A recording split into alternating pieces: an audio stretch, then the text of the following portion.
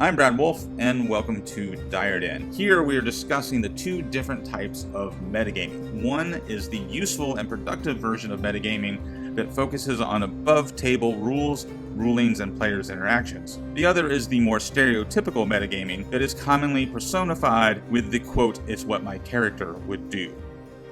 Yeah, I mean, on the metagaming side of things, I guess I should define the term. So, like, up table talk, and then, like, not being true to the character. That I make that distinction.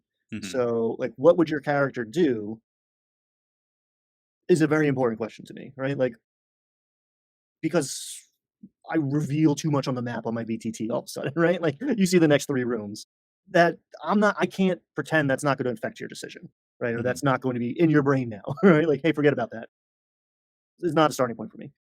Whereas, like, what would your character do? Like, cool, Ryan knows that, but what would Thargash do in this situation? What does the world look like through Thargash's eyes, and how is he going to respond and interact with it?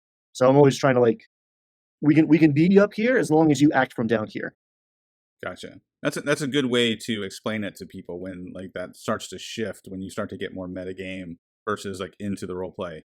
Mhm. That's a really great point to be able to bring it back to the role play by saying, sure, you know all this stuff, but what would your character do? And I think "it's what my character would do" gets a bad rap because that Yes. phrase gets abused, right, by a certain type of gamer. But if if you're making a character who's not a dick, then the "what would my character do" is a perfect motivation, right? There's nothing wrong with "it's what my character would do" as long as you're not making a lousy character. Right, because you can always make another one.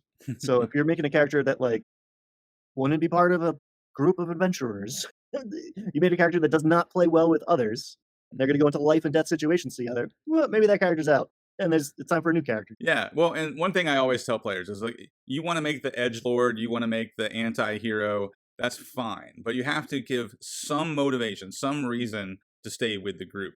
Because even Wolverine had Shadowcat, and then after Shadowcat, he had Jubilee, right? Like Wolverine has always had some reason to stay with the X-Men, right? And the X-Men had a reason to keep Wolverine around. That's the Right, second part of it, the whole like, why does the party want you here? right, And exactly. Covas just did a video, like, the third thing is, why does the Dungeon Master not wanna nuke your character? Like, if everyone's a fan of your character, it could be an edgy loner type. You can pull it's harder to pull that off, but you can fairly easily. Um, maybe more easily than, like, the goody two-shoes type that you might think was the answer to this puzzle. But if the players at the table like your character and the dungeon master likes your character, you're gonna have a way better time than, "My character's cool." Alright, good luck with that, man. Yep. Yeah, and, like, the other example is, the Dark Knight, like, Batman, like, we use him as kind of this role model for this, like, lone warrior in the dark streets of Gotham City, but he had Alfred, he had Robin, he had Batgirl, he had Commissioner Gordon, he had, like, a whole Bat family. Yeah, Yeah. then he joined the So Justice League, like, right. yeah. So, you can make the dark, edgy character, but find ways to still stay connected to the group, and like you said, if if you can make that connection in a way that still feels cool to you, but still motivates everybody else around you to want your character to be in this game.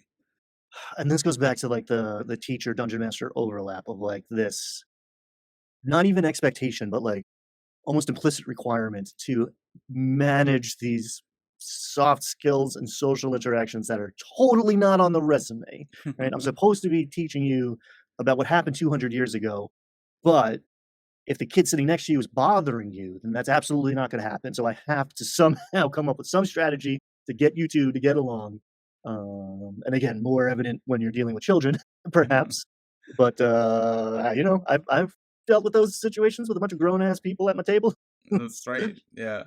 and I've been lucky. So, yeah, there's those soft classroom management skills are important and are not necessarily in the PHP. Right.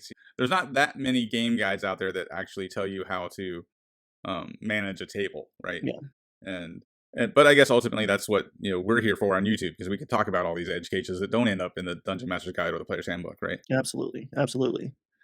If you're not aware, this video is part of a larger series on mastering the game. In this series, we have looked at the various aspects of being a game master, and we continue this discussion as we focus on the game master as compared to a teacher. Make sure to like and subscribe because that really supports the channel, and it gives you the opportunity to view the entirety of this game master series.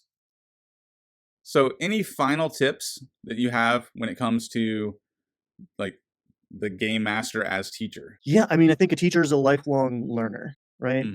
Game master's constantly leveling up. But go play different games. Go play different games with different people. Go be a player if you're never a player anymore. Have as many different experiences as possible and broaden it up. There's no such thing as a perfect game master, dungeon master, teacher. You're growing or you're not. You're improving or you're not. Right, that's a good point. So the idea is like, go try other games, go play at other tables, have the variety of experiences, and that's going to give you a larger tool belt when you pick up, this idea from that game or this idea from that game master, right? That broadens your set of tools to use at your table.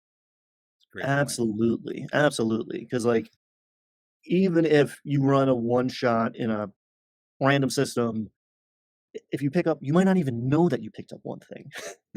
And then it's right there when you need it a year later to plug some gap, reach somebody, make a cool moment happen. So yeah, just keep learning. Yeah. Well, and an example of that, if I can plug our own the one-page one-shot club, right, is playing all these different one-page rule sets, these like super lean rules. It kind of broadens your horizon as a game master and as a player to try those different rule sets and see like just how much juice can you squeeze out of a single mechanic, right? Absolutely. And there's something about, again, it's kind of like that beginner's mindset of like, all right, we're gonna put everything else on the shelf, right? There are no rules, basically. Let's get down to like fundamentals to the essence of this game. And it might be a good on-ramp for players. We were actually having this conversation on Casual Friday the other day of like, this is not for a new dungeon master might struggle with this because there's no net. there's no structure here. But man, is it fun? Almost like get the abstract of a game, right? To just kind of squint and get like the impressionist version. Like I wouldn't want to make that any of these my new game night system, Right. but for a one shot, just boiling everything down, getting rid of all the complexity, and only focusing on like one aspect of the game. Ugh, it's great. Yeah. It's great, and I've learned so much. I mean, from watching you guys be awesome players, it's been very educational. Yeah.